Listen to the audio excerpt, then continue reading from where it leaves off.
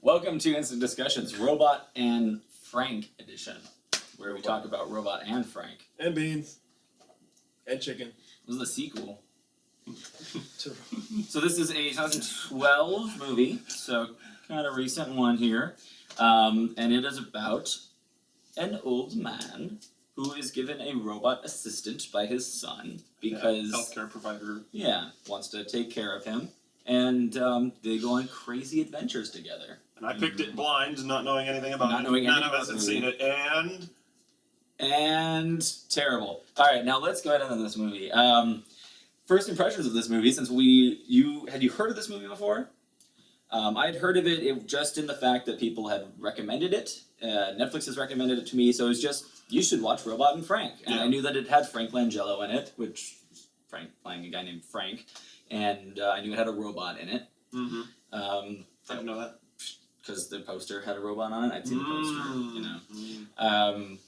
I wouldn't have guessed any other way. And you, how'd you, because you had to know about things, we were like to pick it, Saw it on Netflix. some blind thing, like I saw it on Netflix.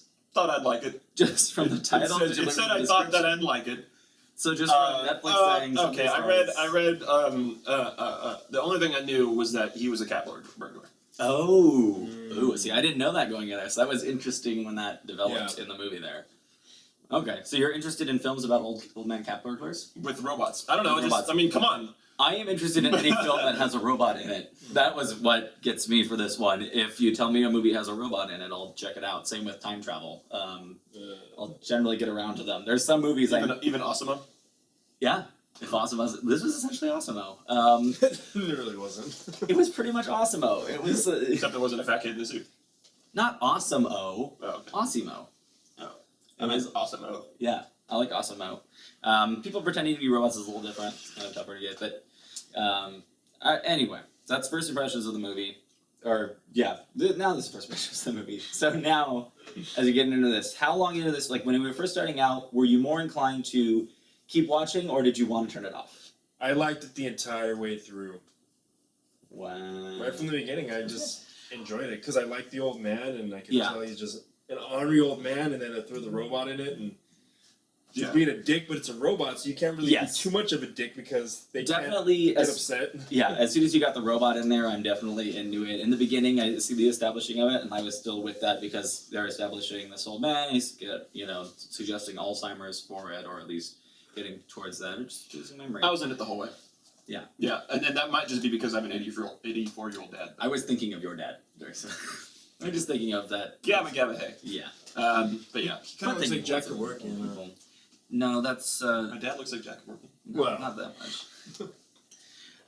Well, Frank Langella was the role that always stands out in my mind for him was Frost Nixon, where he played Richard Nixon, because that was the one that I didn't see it. I didn't see that one. Anyway, it was great acting. Like, got some nominations or whatever, but that one I always think back to, even though that was later in his career. But you know, when you think of an actor, it always you get back to one role that you first saw them in. Sometimes.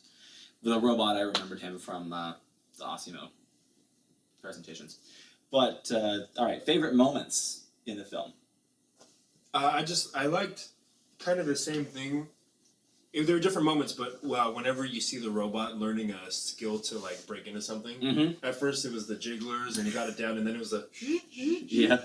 He's like, it'll take me approximately a minute, 30 seconds. Or Between 4 4 seconds and 1 hour. and 36. Oh yeah, whatever that was. Yeah. But it was just cool. It was like, so every time he learned a skill, I liked. Yeah. And I really liked how he was like, well, this, like, the robot was kind of like, well, this is good for you, so I'll continue. His program, It was sweet, but it's just a robot, so it pissed me off. Oh. Because he's not a real person, but he kind of, like, cared at the end. And he kept reminding him he's not a real person. Yeah. I love seeing. I like seeing robots develop personalities Yeah, and that's what it relationships, was. and it's great in any movie to see that. And his interaction with the other robot. That was one of my favorite moments. I've got to say is when he said, "Well, let's see what happens when the robots take over. What's it going to be like? Yeah. Here, pretend he's a human. Start a conversation with you. How are you today? I am functioning normal. Very good. I like his hand movements. They're like, hello. It's gonna be boring when the robots just have other robots to talk to. So yeah, I think that's my favorite moment in it. Is is watching a robot personality. How about you? I really liked my favorite thing, I guess, because it's not really a moment, since I can't remember my favorite line. Just the developing relationship between the two, and also watching and discovering, essentially, whether it's the writer or director, but their vision of, what a robot would be, and just, learning more and more, like, how this robot was programmed, and, Yeah, because you're imagining your vision of it says the not too distant future and the near future, and trying to learn how, like, what do you think robots going to be like? Now, I like that the library robot was on wheels. It had its functions, so it had the AI interface, but it didn't have the hands and the mobility because it didn't need that for its job. It's a librarian, it's going to help you with information. And at the end credits of this, they played all those clips of real life robots the real assistive robots, which they have, like Osimo, he's designed to help with the elderly or help around the house and things. So he has more functions in there. 0010010. Affirmative. All right. You know what I also 100100110. I like how he says robot, like Robot. yeah. Sometimes he I says didn't it notice like that. Zoidberg a few times. Oh, I missed those. He's like, hey, robot. I like that he doesn't have a name. Yeah, they I call always him thought the robot. Yeah, they should have named him. The something. title gives him robot. No, I like that though because you're No, supposed. we like it, but he would have named him though. I think. I don't think so. Eventually. No, I don't think so. because he got You would used. have forgotten. Yeah, and he got used to calling him, just saying, referring him as the robot, but just. And it's so, like, distancing, and that was kind of like, how it was for him at the beginning. But at he the didn't end, he care. cared about him though. He did. He eventually learned to care about him because he got on with it, but he didn't need the name with it. But I think that enough time had passed for him that it wasn't like, because he was in slow denial of, like, the fact that he was getting attached. And then once he got to the point where he realized, no, this is my friend, he'd already gotten used to calling him Robot. As they and were it was doing kind the of already heist, like, yeah. now the robot's name is Robot because. All right, let's get Yeah. let's move on with this to the worst moments, and we'll talk more about the robot relationship in the extended. So, what didn't you like about the movie? Well, part of the thing is like, the part that I really didn't like, but I did like, I just knowing people that are going through the Alzheimer's, or dealing with it. Like they portray it really well. Like a lot of the times in movies, it's really corny. I like it too. It's this a was similar very thing that bothers realistic. with me in television and movies when they discuss autism and they It's like, "Ding," you're like, that's they not over- autism. Come on, Leonardo. and they overdo the things, and then the people are like so heartbroken and like, oh no, his life's gonna be ruined with this. I like the more subtle talking about it and not the way that you see Fred along. And it is sad when he especially when he doesn't have the robot there. When he's got the robot working with him though, when he's able to function with them, it's just keeping that person by him. But when he's been left alone and he's all by himself there, then that's when he's got not as much of a reason to go and not the functionality with it. But I'm sure they did research in people who work with Alzheimer's and to understand how it works with that, and also with the robots that help them out. So I think they had a better understanding of it in that movie. So, I think what didn't you like about it?